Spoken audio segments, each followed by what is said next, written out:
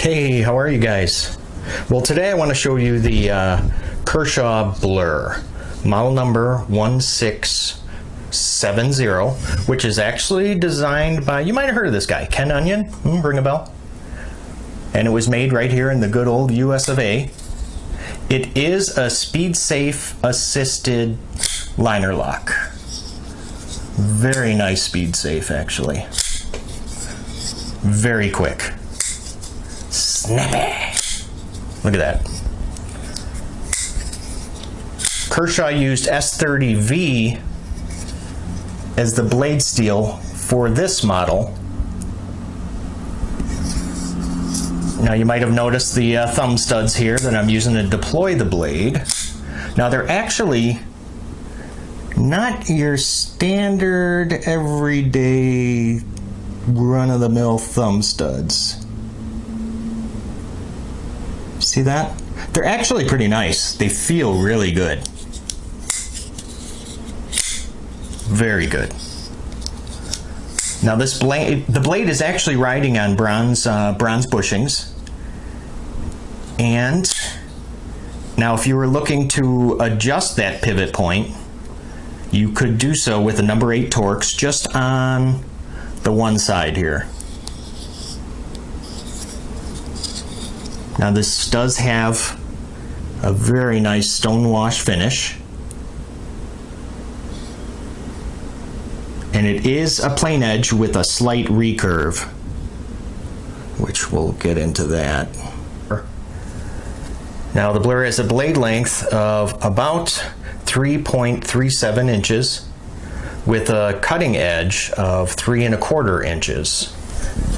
It has a blade thickness of 3 millimeters and a blade width at the widest point of 1.1 inches.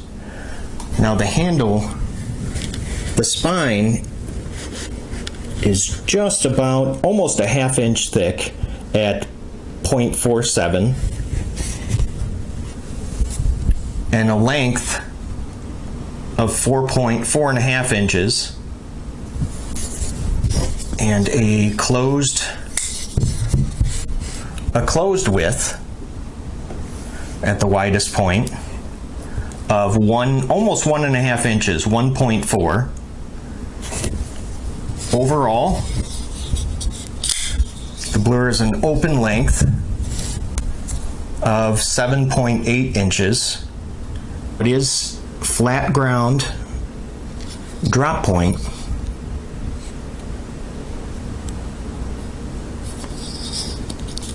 Now for the handle, they went with its aluminum and what Kershaw is calling Track Tech inserts. So they would be these guys. Kinda rubbery feeling. Let's see. Yeah. Very nice, very nice. In case you're wondering, the liners are nested. If you can see that in there.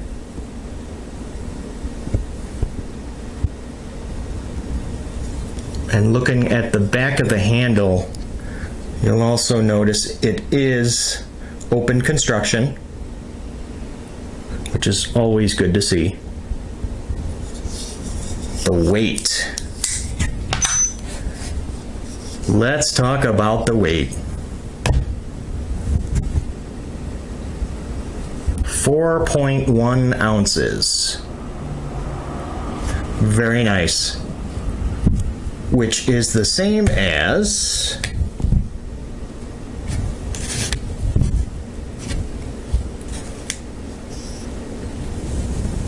about 5 AA batteries.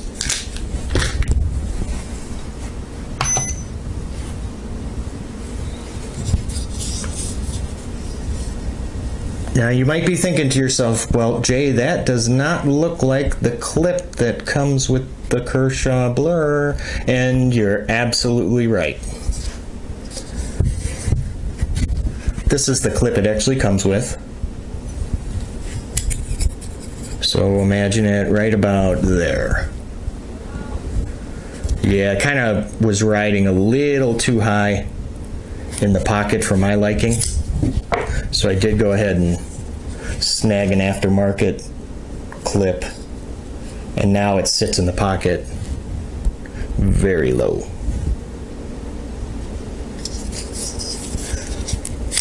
There is a little bit of jimping on this guy. And if you see it here, a little bit on the handle, a little bit on the blade. And where else? I know there's more. Oh yeah, here, on the liner lock.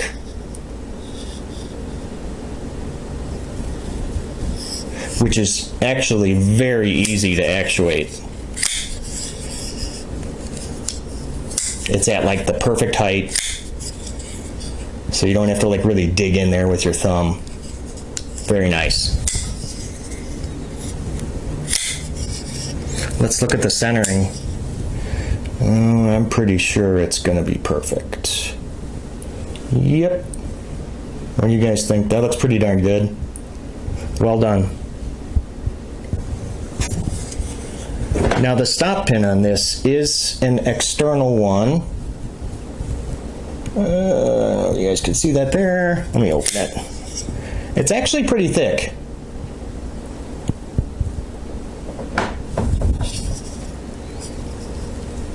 Now when this does lock up, it looks like it's locking up at about 50%, which is good. There is a lanyard hole. However, hold on, let me see from this side better. Yeah, it's kind of small. It is definitely kite string small. I don't know, maybe they could have just not included the lanyard hole. I don't know, call me crazy. Now the street value of this, you can find this for, actually the range is pretty wide. I've seen it as low as 70 and as high as 85. So I would say if you can find this, I don't know, 70, 75 bucks, that is a fantastic deal for S30V. Decent sized blade at about 3.37 inches.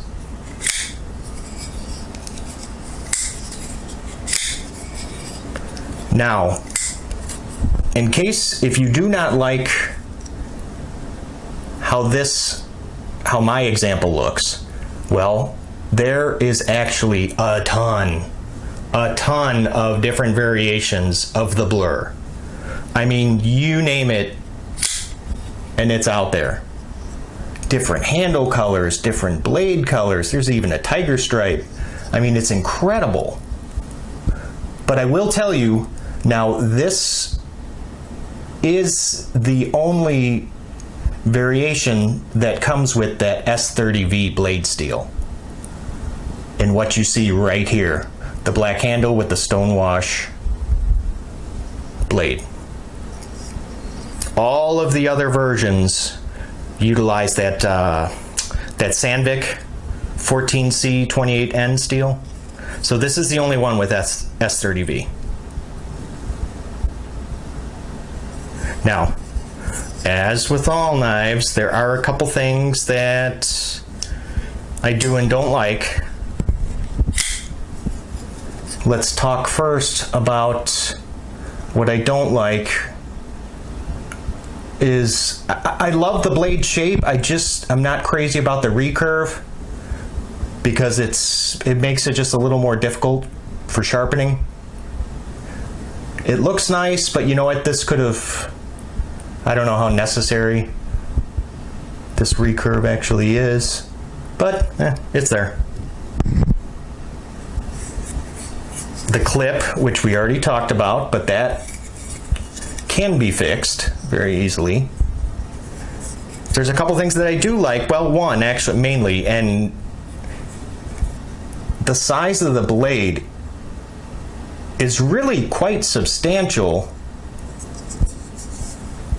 considering you know, the overall length at 7.8 inches. I mean, that's a good sized blade that they've tucked away in a, you know, in a relatively small package.